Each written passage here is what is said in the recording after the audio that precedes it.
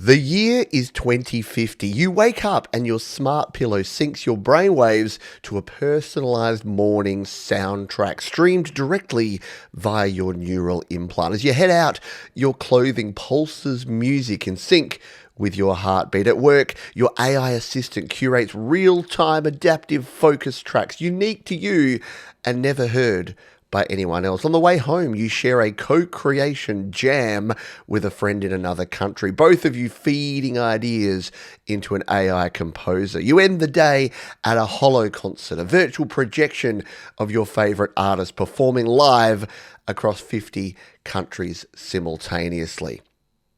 Is this the future of music and of music streaming? In this week's Studio Live Today podcast, we're going to examine that because some of you heard me say that and got excited by some of the things I talked about, and some of you could not be less excited about a future reality that sounds like that, where everything is pre-programmed, where AI is everywhere, and where music is ubiquitous, generic, and vanilla. There are two sides to every coin, and that's what we're going to talk about in this week's show. Hello, my name is Pete Johns. This is the Studio Live Today podcast, where each week we talk about a topic all around the subjects of creating, recording, and releasing music. And this week, I just wanted to have a bit of fun and probably make a lot of people very mad by talking about what is the future of music? What are we going to be doing in 25 years? Because if you think of the difference between 2000 and 2025, and what we were doing then, going to your record store and buying a compact disc and coming home and playing it on your personal stereo or your Discman, versus 2025 with Spotify streaming, with YouTube streaming, yeah, it's different, right? It's a completely different ballgame. So if all the things I said at the front there sounded like absolute science fiction nonsense, yeah, maybe just think about what 2000 version of you would have thought about having access to every song, every album, every artist in history, all on your phone at all times. Because your phone didn't look like this in 2000, but it sure does in 2025. Speaking of the year of 2025, where are we now? What is the landscape? So Spotify, Apple Music, YouTube Music, Amazon Music, Deezer, Tidal, if you're into that sort of thing. This is dominating the music listening world. I was listening to a podcast the other day and someone said, I don't bother pirating music anymore. It's too hard, and it's easy to just have a subscription, to just pay your $10 or your $12 or your $15 a month and get unlimited music. Why would you bother going and downloading cruddy 96 kilobit MP3s when you can actually get everything? And with YouTube and the rise of just weird and wacky stuff on YouTube, including slime tutorials, yeah, every music, all sorts of stuff is everywhere, isn't it? But what have we seen in recent times? Well, yeah, subscription prices are going up.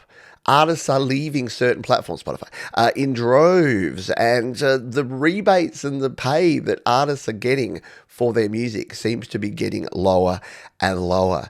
You've got the AI song controversies. You've got AI bands. You've got AI songs. You've got some platforms coming out and saying they don't care about AI, or that they think the future is going to be AI. Wouldn't it be great if every artist can just produce 100 songs a day and then consumers got to choose which of those 100 songs they liked? All because of AI, sure. And government inquiries into ticketing and royalties. We've got the Live Nation. We've got Ticketmaster pushing prices up. There's a gig coming here to Australia. It's a festival gig, sure. It's three of my favourite bands, but it's $265 for a ticket. And that's the cheap pre-sale price for one day out listening to music. So things are definitely on the move, aren't they?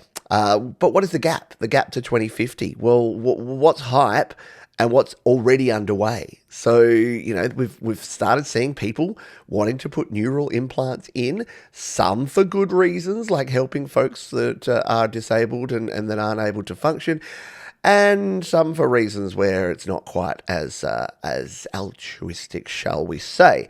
We've already got sort of augmented reality concerts. There's music, there's concerts and gigs that are happening in the metaverse, dare I say. Love you, Facebook. But yeah, we've already seen this sort of thing happening. Apple have got their nerd helmet. The Meta Quest has got augmented reality things where you can actually be somewhere. But again, you have to put your nerd helmet on. But with the rise of AR glasses and other things, and by the way, AI augmented reality. So not quite virtual reality, just your reality, but a bit better. And what about the blockchain? Weren't NFTs going to blow up the music industry? Weren't we all going to be selling our art via a non-fungible token on the blockchain? Well, that's kind of gone a little bit down and been replaced by AI hype in recent times. But you can't say, one thing you cannot say about the world of music right now and streaming and online music distribution and how people listen to music and engage with music is it's not boring, is it? It's not just the same tried and true band gets together, works for 4 years, puts out one album, does a global tour, rinse and repeat. That's not the way music works now, and it probably won't be the way it works in the future.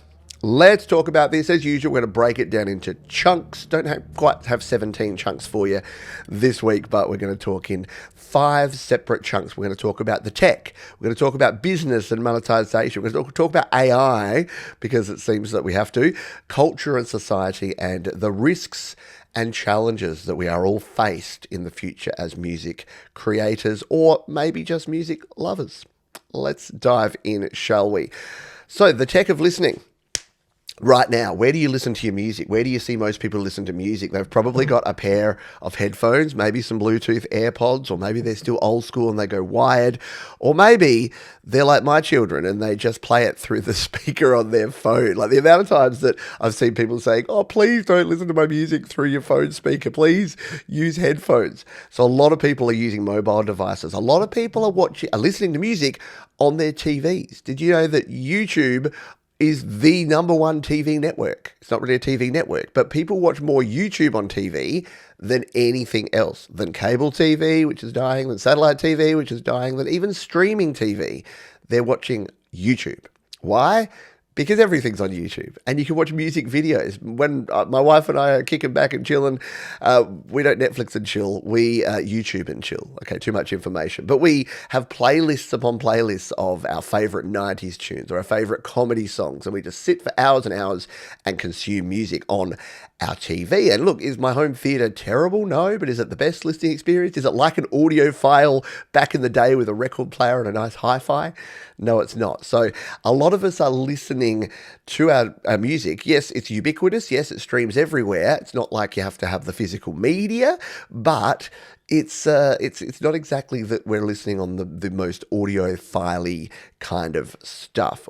But what will we be listening to in 2050? How will we be listening to music? Well, we already talked about neural interfaces, so streaming directly to your mind. And this kind of freaks me out. I don't know how you feel about this stuff, but it kind of freaks me out. The whole popping into your head and getting in there. If you've seen the latest series of Black Mirror, which is a pretty rad show, you might have seen the one about the lady who has a rare brain condition and she's saved by this neural implant that she gets. But it's a subscription service, and then they keep putting the subscription prices up, and they add new features, but you don't get the new features. I'm looking at you, car companies, with your seat warmers that you can only turn on if you pay the monthly subscription.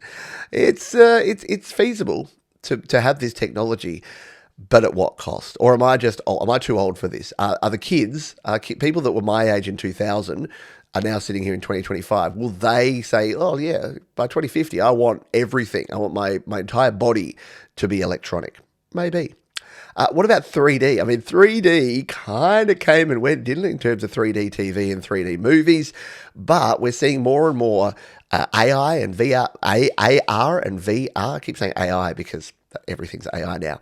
But, you know, since Tupac was the hologram and was performing, we haven't really seen a heap of movement in that space, but it's definitely possible. The technology is getting better and is going to be existing. So are we going to see a point where you go to a venue, the artist doesn't have to be there, but you will just wear your nerd helmets or your AR glasses, and suddenly they are, but they're performing from their bedroom, or they're live in New York and it gets streamed everywhere else? It's potentially possible.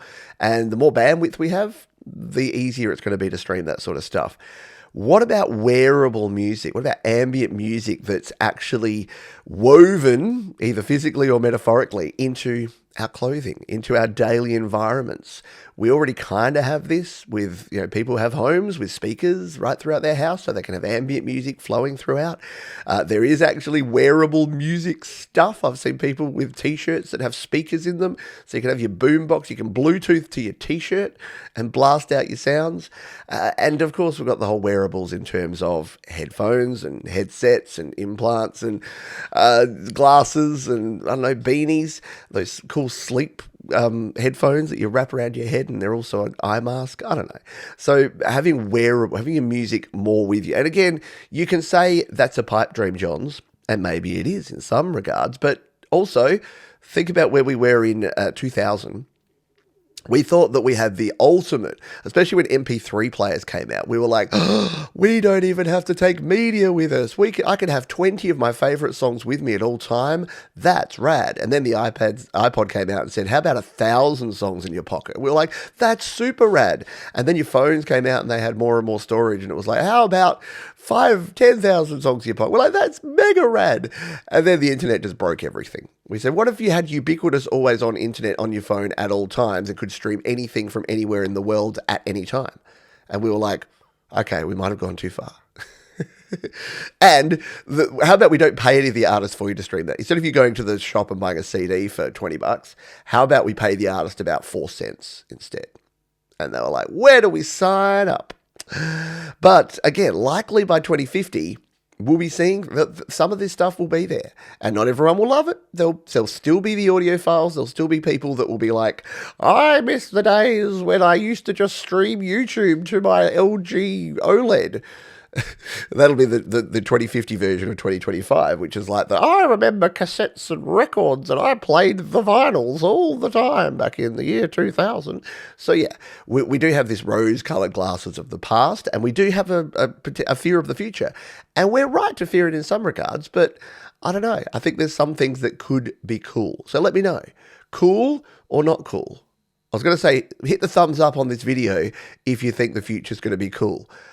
I think that would be a very, very bad thing for me and my YouTube algorithm. So maybe don't do that, but do let me know. I'd love to get your comments. And if you find this intriguing or interesting or a topic that you hadn't really pondered, but now you are, and that's a good thing, feel free to hit the thumbs up button down below. And you can also head over to studiolivetoday.com if you want to find all the ways you can engage with me, how you can follow me on all the places, how you can support me on Patreon, how you can become a member of this here little channel as well. And your donations keep me going. So thank you for helping keep the lights on around here. Speaking of the lights and business, first of all, I'm going to have a sip of coffee from my Studio Live Today mug, available right now at studiolivetoday.com/merch. I'll let you listen to the chainsaw across the road for a moment. Speaking of business, let's talk about business and monetizations, right? So right now, how does it work? Well, it's a flat thing, isn't it? It's a subscription.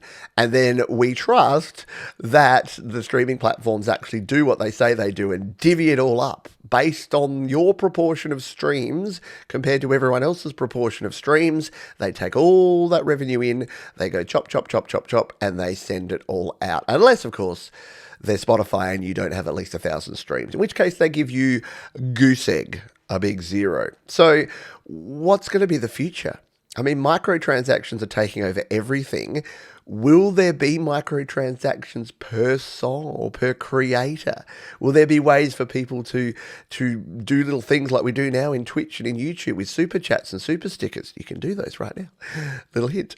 Is there going to be more direct ways? Because I talked about it before. What about the blockchain? What about smart contracts and blockchain royalties where artists get paid instantly? That was the promise a couple of years ago, wasn't it? Is that actually ever going to become feasible with the massive cost, both environmentally and pure dollars, of actually using the blockchain?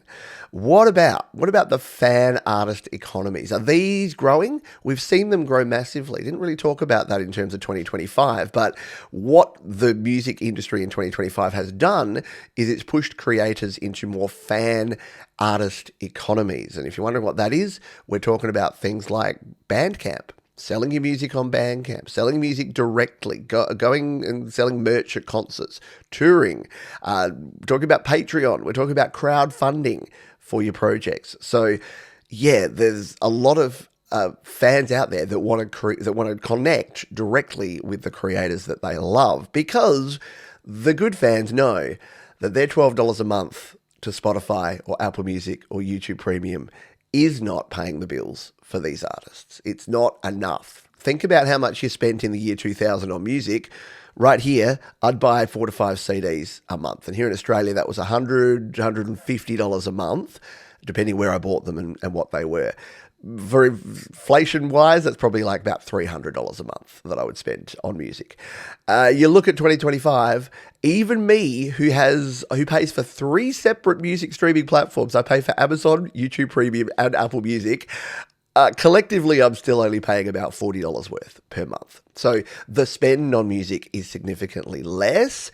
And depending what happens in the economy in the next 25 years, will people have the disposable income to spend on music or art in general? Is art in trouble? Oh, see, that should be the title of this. Why music is doomed. If I was one of those YouTubers, it would be that. It would be like an apocalyptic background and me looking like scared. And it would be like, why music will not survive in 2050. I may still do it. If you're watching this and that was the thumbnail, you'll be like, curses, Johns, and your clickbaitiness. At least I'm a human, though. At least I'm not getting an AI to read this out to you. So what is the challenge going to be in 2050? It's going to be balancing the convenience, the fairness to the artist, and the finger thing means the money, right? Like, there's going to be people that are going to want to profit from this, and it won't be just the artist. In a perfect world, at least as an artist, you would have a creator economy that's connected directly to the fan economy, and it just goes smoosh. But you know what? There's hedge funds, there's investors that want to make money out of this stuff. They want number go up, they want line go up, and they're not going anywhere. And unfortunately, what did I see today? That's one of the casinos here in Adelaide, the number one shareholder is a superannuation firm. And I'm like, the irony of that, the irony of folks that are retiring that are getting paid out of their superannuation, going to the casino and pumping money into it, which then makes profit, which then goes back into their superannuation so they can then go and play the pokies or the slot machines again. It's funny. It is. It's like the retirement funds, the super funds, the hedge funds, they're the ones. So it is us. Yes, it's the tech bros and it's the investment bros that are, moving money around, like shifting chairs on the Titanic. But at the end of the day, if you have an investment portfolio or a superannuation or whatever the one in America is, the I-90, no, that's a freeway. You know the one I mean. Someone's yelling at me right now. Yeah, 401k, there you go, I got there. If you've got one of those, guess what? That's all being invested in this stuff. There would be Spotify shares in many people's 401ks because it's a public company. And as soon as places start making money, Apple, well, you better believe that Apple is funded. Apple shares are funded by your regular mum and dads that have got a superannuation fund, because if line go up, that's where the money goes. So I know. Are you depressed yet? Is it that doom and gloomy? I don't think so. However, after this next segment, you might be thinking, yes, it is, Johns. What about AI? We've talked about it. We've talked about it a bunch of times. We've talked about AI in music. We've talked about why it's bad. But should we play devil's advocate for a minute before we, pull it down and crush it into tiny pieces? So, AI and creativity.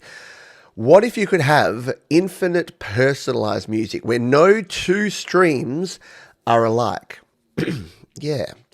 Have you thought about this? I know that Daniel Ek has thought about this, which is that why should we, as artists, put out one thing and just hope everyone likes it? What if, as artists, we could bake a cake, but the audience gets to decide whether they sprinkle on cinnamon, or whether they add a nice thick layer of frosting, or whether they just dab on hundreds and thousands sprinkles? Yeah, so you could have the ability to have AI personalize music, not for you as a creator, but you just put your stuff out there and then the AI changes it at the listener end based on the listener's preferences. Ooh, what about AI DJs and curators who know your biometrics and adjust it in real time? They know if you're getting a little bit overstimulated, so they give you some chill music. Your watch is tracking your pulse rate and your blood sugar, and then it goes, oh, we need to tell Johns to eat a cookie and also listen to some jazz because he's getting a bit freaked out. Are these going to be good things? What about genre? When I was at school, there were the grunge kids and there were the techno kids. And never the twain shall meet, which was ridiculous. And I hate that that was the way it was, but it was the way it was. So you had people that were into real music, would play with rivals and listen to real rock and roll with real instruments, and your techno, your computer-generated stuff is so fake. And then you had the techno folks, and I don't know what they said because I didn't listen to them because I was a grunge kid. But I remember I was like, oh, I did a deep dive into Rage Against the Machine because I'm like, oh, some of Tom Morello's guitar sound a bit fake. And then I realized that no, Tom Morello's just a freak and creates cool sounds with all these effects. Little did I know that those effects were actually, technology. Hello. Yeah, it's not like a distortion pedal and a wah pedal. This is technology. This is circuits. How is that different from a synthesizer or a drum machine? It's really not. But are we going to see, are you not going to be into music genres these days? My children are a prime example of this. If I ask them what sort of music they're into, they wouldn't tell me. And look, there's still some people that are like, I am all about the K-pop. I am all about heavy metal. I am all about R&B. But more and more, we're having people that are just into music. Like my daughters are into music and they can like an eclectic mix of music. I'm actually kind of proud that because we listen to 90s streaming radio in the car, they know a lot of 90s stuff. They can sing along with Alanis and Ironic, which is not ironic. Well, it kind of is. As well as Billie Eilish. And that's cool. It's kind of rad to have that diversity. But does it mean that as an artist, you won't just be a genre? Genre won't exist. It's all vibe-based music. Oh, don't you love that? Everything's vibes now, isn't it? Vibe coding, vibe-based music. I don't know. And artists as collaborators with AI instead of sole creators. So will everyone have to engage with this? Do you see a world where we get away from this? Because if you don't appeal to enough people.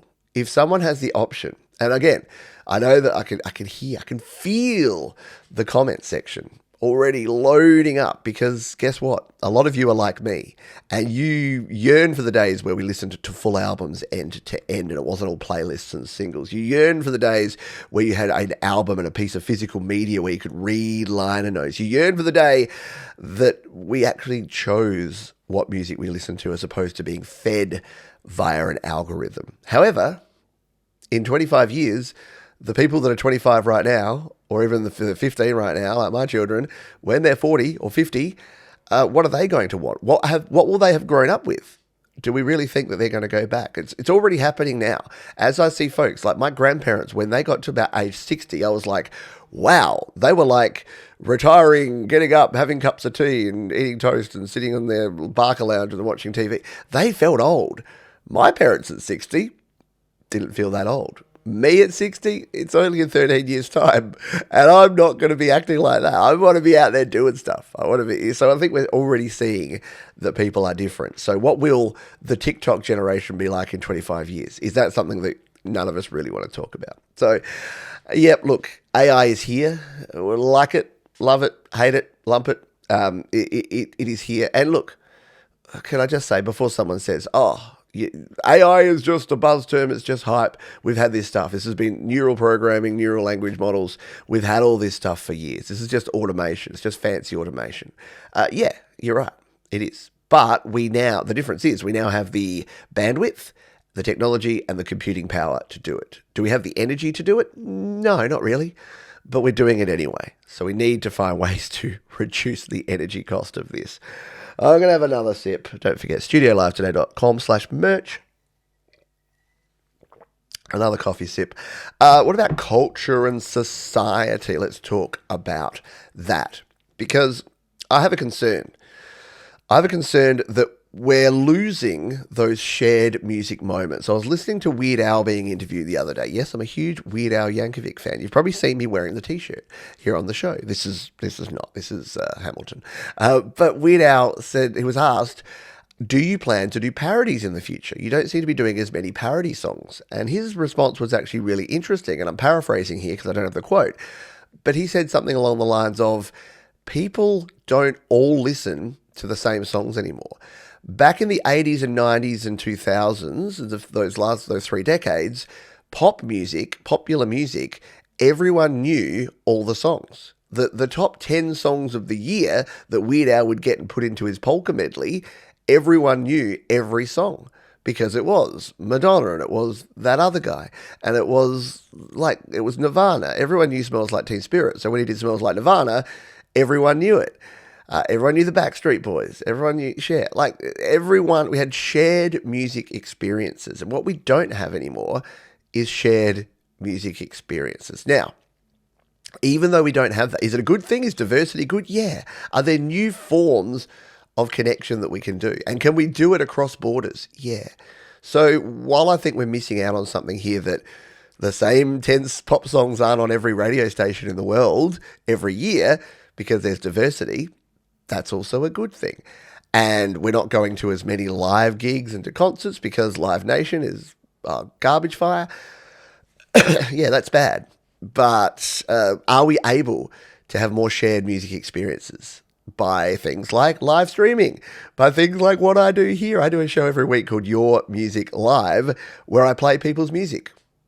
And it's super rad. And the technology didn't exist for that in the past. Now, will that get even better? Will streaming be different? Will it be more of an immersive or AR, augmented reality type experience? Will you be able to be in a room with me and we're all listening to music and you could have a virtual mosh pit? That would be kind of rad. I would be down with that. So as much as we have lost some of that connection, those connecting music moments, IRL in real life, and I'm not saying you can replace everything in real life with virtual things, but I think that the virtual things have done a lot of good, especially through the inconvenience through 2020, 21, 22, and even now when a lot of people around the world aren't traveling for various reasons. I think it's a really good thing that we can connect globally. Music as therapy. Can you imagine? You go to your therapist, and instead of getting a prescription for some meds, you get a playlist. You get a soundscape prescription. And look, before you laugh and before you poo-poo this, music has been proven time and time again to help to reduce stress, to reduce anxiety, to reduce depression, to improve mood. Why do you think they call it mood music? It creates a mood. And whether it's a sexy time mood, sorry, I promise I'll never do that again. Whether you're creating that mood or whether you're creating an angry... I love listening to Tool when I'm really angry. It actually soothes. It seems a bit weird. But listening to Tool, just shout, listen to Maynard shout for an hour on Anima about all the things and all the troubles of the world, weirdly makes me feel good. It's cathartic. It's a release. So... yeah, I think that culturally and societally, we may have a place for music. Music can soothe the savage beast. Yes, I said beast. Ethical debates. Does it matter if your favorite song was written by AI? All right, jump in the comments right now. Come on, do it. Say that yes. Music bot 497 being your favorite artist and creating your favorite song is BS. It's bad. It's wrong. It's terrible. But it's going to happen. I know too. I'm sad as well. I'm a creator. I love human connection. And I really do think that there is going to be a place in the future for humans listening to human music. But with the rise of playlists and the rise of ambient background music, a lot of people are consuming music in a very different way. They're not analysing music. They're not Rick Beatoing out on it and pretending that bands actually thought about the diminished fourth chords that they were using. A lot of people are just like, hey, that's a vibe. That's a jam. That's a bop. They don't care. They don't care who it's by. And it's kind of, it's come across into the video world too. Because like music, my children can't tell me what creators they like, what video creators they like, because the algorithm just spits up someone doing something. So it's not even that the Jake and Logan Pauls and the Mr. Beasts of the world are actually as popular as they once were, because people don't care who it is, they care what it is, and they just want entertainment to be popped up on their feeds. My children aren't coming across good in this, but I promise you it's not my children, it's all children. And when I say children, I mean like teenagers, young adult, or almost young adults. So yeah, doesn't matter if AI is creating your music. Should that be a deal breaker? And or is it the Pete Johns AI? Do you really dig Pete Johns, but you don't like my voice? So if you could just have my song, but instead of work in progress sung by me, you could just throw in what's a good voice? You could throw in Maynard. It'd be like, we're all just a work in progress. Although it wouldn't change. Or maybe you could. Maybe you could change the genre of a song. Like, I really like Pete Johns' music. He's got some good hooks, but he needs to go harder. Let's create a metal version. Well, yeah, just go listen to Thomas Crust's remix of Work in Progress. That's a lot more metal. Will live shows evolve into hybrid physical and virtual experiences? We're already seeing this. We're already seeing the rise of virtual experiences. So the what's the big festival in California? I'm going to get there. It's in a place. It's like it's 2 weekends that they do. Tell you what, only 46, but the brain, it's on the edge of my tongue. It's not Coachella. We got there. There you go. 401k and Coachella. They were the challenges. They were the senior moments for Johns today. So Coachella, or Coachella as it's actually pronounced, but everyone calls it Coachella. Yeah, big music festival. I watched a bunch of Coachella. I listened to Lola Young do a set and sing Messy live. And I was like, oh, I've heard this song on the radio. And then I heard the rest of her set and I dug her vibe. And now I'm a Lola Young fan. And that wouldn't have happened if I couldn't have watched that. If Coachella wasn't live streaming. And look, Coachella was still like massive sellout crowds. There was still a bunch of people going there. Now, were some of them going there for the wrong reasons because they were influencers and they were going there to be seen and to Instagram it and to live? Yeah, they were. But yeah, these events still exist, but I think the hybrid model will continue to evolve. I want to start doing it. I do my happy hour show, and I've done a few of those where I've actually played live with people, but also live streamed it. And I know people like my friend Samantha Edge, who does busking. She busks, and people are out there donating to her, but then she can live stream that busking at the same time. And I know these are kind of very non-interactive, and yeah, we've been able to do that stuff for a while, but I think it's going to change. I think we're going to have more immersion and better ability to actually integrate with our favorite creators and artists. Yes. And is it going to be a parasocial relationship nightmare? Probably. I've just realized that I proposed this as like let's look into the future. And I'm like, at the end of every segment, I'm like, and that makes me sad. I'm going to sound like Eeyore. It's like, oh, I'm sorry. All right. If you haven't hit the thumbs up button, I don't blame you. No, please feel free to do that. So what are the risks and challenges going to be? Well, I feel like we've already covered a lot of these in just the other topics naturally that we've been talking about. But copyright chaos. It is going to be a hot mess. Because how do you define a song in a world of infinite versions? How do you define ownership when AI has stolen music from other creators and created a mashed up version of them? Who owns these songs? So I'll stop using air quotes. Who owns the songs? Who has the copyright of the songs? Who gets the streaming royalties if you use AI to create music? And we've already seen this, that a lot of AI deep in their terms and conditions and services, they'll say something like, oh yeah, by the way, we own everything. Yeah, if you use this and you make $1 million, we own it. We got it. And that's a concern because there'll be people out there, the same people that were the pyramid scheme bros, the same people that were the multi-level marketing bros, the same people that were the AI the tech bros, the Bitcoin Sidechain? No, that's a different thing. The blockchain bros, they're going to be the AI bros, and they're moving into AI music bros. And I'm sorry to gender it, but let's be honest, it's mostly dudes. Because if there's a get rich quick scheme, perhaps outside multi level marketing, which is a little bit more gender diverse, it's usually dudes. Why? Because dudes just want the shortcut. They want the quick way to get all the money and do all the things, and they don't want to work for it. Am I saying that we're all lazy slobs? A little bit. No. Okay, let's move away from that. Let's just say that they're tech idiots, because what they want to do, see, is take other people's hard work, repurpose it. And we've seen this in the YouTube space as well. We've seen it with a lot of the science YouTubers that I follow. There's people that literally just scrape and pull their entire videos, replace the host's voice with an AI voice, put the video back out, and it's like 10 facts about electrons you didn't know. And it's actually all the same footage. And they just play the volume game. Yeah, they get copyright claims. Yeah, they get strikes, but they don't care. They just start a new channel.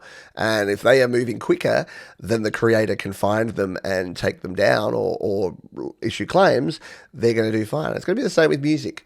There's going to be people there's people right now that are putting out thousands of songs on all the platforms right now. And the platforms, some of them are trying hard to do things about them. Like people like YouTube have got that little box you have to tick with, this contains transformed content. But guess what? It's opt-in. So you got to tell them that you're doing that. So this podcast, I'm not going to say this contains transformed content, because I can assure you, I wouldn't. I'd be looking more like Brad Pitt if I was using an AI avatar for myself. And I'd change my voice, and I'd make it a little bit less nasally and less lispy, so I didn't say things like beefs that I said before, or whatever it was I said before. How do the artists, if AI is dominating, so if the average Joe on the street is listening to their AI mood streams through their T-shirt vibe player, or their neural implant, then who gets paid for that? And here's the thing, are the record labels rubbing their hands together right now because they can create this? Like it's a Juice WRLD like beat. In the future, is it going to be Beyonce like artist? This is Beyonce. She's exactly as rich and famous as Beyonce, but she's a robot. So that was an attempted Simpsons reference. Are there going to be like robot versions of all of the different artists? We're already kind of seeing this through Suno and Udio. They're trying. I mean, it sounds horrific. Like if you listen to a lot of Suno and Udio music and you love it, more power to you, I guess. But it's not there yet. It really isn't there. Some of it's close.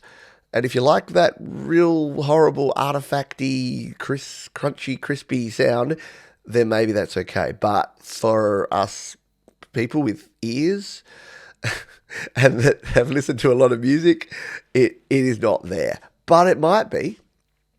It might get there. We've seen stem splitters improve over time. We've seen AI music improve over time. We've seen all these tools improve over time. And some people are using them and utilizing them in really positive ways. And some are not. So where are we going to be in the future? All right. So what about inequality? So, are we going to see tiers of music? Are you going to have to pay a premium for human? Do you get the AI slop on the basic plan, but then if you want the premium human content, you have to pay more? And would people do that? If Spotify, let's pick on Spotify for a minute. If Spotify had the basic plan, which was $10, but all you got was AI, so they get to keep all the royalties. And then if you wanted the premium, the human plan, you had to pay $25. Or let's put it into 2050 money, shall we? The basic plan is $40, and then the premium plan is $80 a month because inflation. Because let's be honest, it's going to continue getting out of control. What do you reckon? You would pay, wouldn't you? You would. I know you. I would pay. I know me. I want the human music. But what if you could get the cheap music? And if you say, well, people wouldn't do that, guess what? People use free platforms that basically abuse their personal liberties and data over paying for things right now. And people don't want to pay for things and don't realize the old adage is true that if the product is free, you are the product. So this is going to be This is going to be the future. Again, I cannot believe how dystopian this felt. I started this going, I didn't really know where I was going to go with this topic. But I'm suddenly realizing that, wow, we're going to fight against this, people. sorry to editorialize. I was going to save that for the end, but wowzers. All right. Cultural fragmentation. If personalization erases those common touchstones. So what if there is no shared music at all? What if you don't have that fan base and that fandom where you all love an artist? What's that going to do for those artists? What about the artists that are creating the crowdfunded projects that are relying on Patreon to pay the bills? How are they going to fare? Yeah, not well, would be my guess on that one. But yeah. Are we going to miss those water cooler moments? So it's already happened with TV. Let's be honest. I mean, with the exception of a few things, Severance is about the only TV show in the last 2 years that I've actually had conversations with people about, because it was a weekly thing and it was like, oh, a thing happened. What will happen next week? And look, sport is probably the other one, because that's still live and that's still, you can't binge a season of football. So sport is another one that is an actual thing. But music is less and less, isn't it? When was the last time you had a conversation about the new Insert Artist Here album?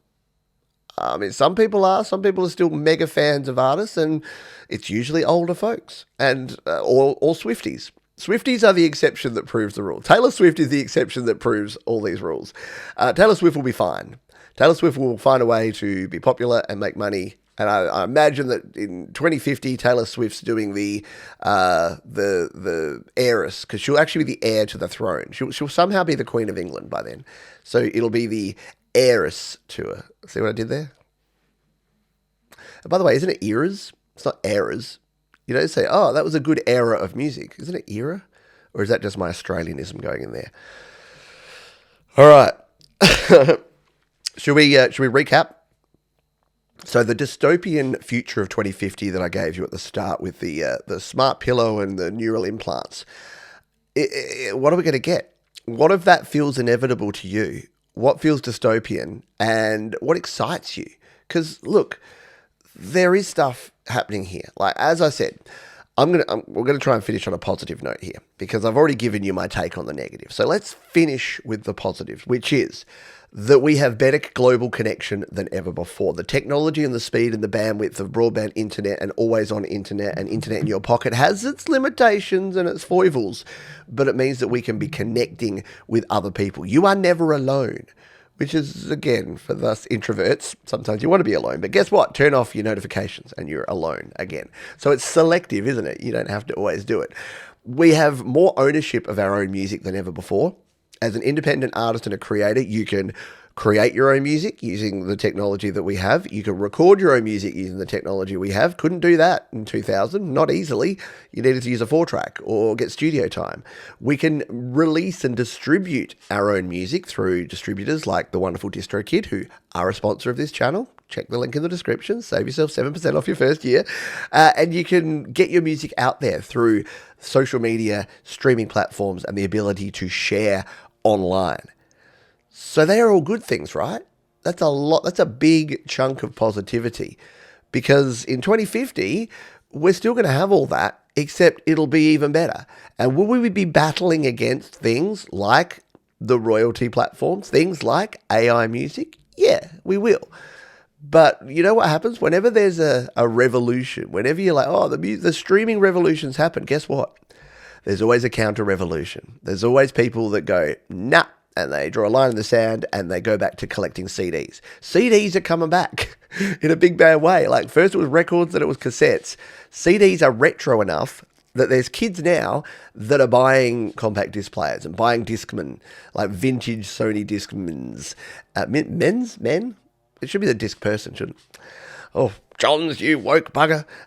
Yeah, so people are actually getting back into physical media. And I think that's the thing, that if the rise of AI and blockchain and all the distractions and noise, there's also going to be a counter movement, which is how about we get, I'm getting all choked up about this. How about we get back to humans connecting with other humans through music? How about we get back to storytelling? How about we focus on making people feel happy, sad, angry, indignant, whatever emotion you're trying to drive, I think the best way to do that is a human creating it for another human. But what do you think? What do you think music will be like in 2050? Give me your vision of the future. I gave you my sci-fi sounding day in the life of 2050 music. What do you think it's going to be like? Love to hear from you. Thanks for being with me through this. And again, I apologize that we went down some rabbit holes and you might have been like, ooh, feeling a bit bad here, Johns. But I think, again, the fact that we have the ability, the fact that I can do this show and that you're watching or listening to it right now, that's pretty rad. That's something that could not happen in the year 2000 and will happen in a different way in the year 2050. Remember, the only thing that doesn't change is that things will change. Someone should write a song with those lyrics one day. Thanks for being here, folks. If you enjoyed yourself or you just found this interesting or engaging or a little bit thought-provoking, a thumbs up would be a rad thing for you to do. And as we say at the end of each and every show around here, please be kind to yourselves, be kind to others, keep creating, and I'll see you next time. Bye for now.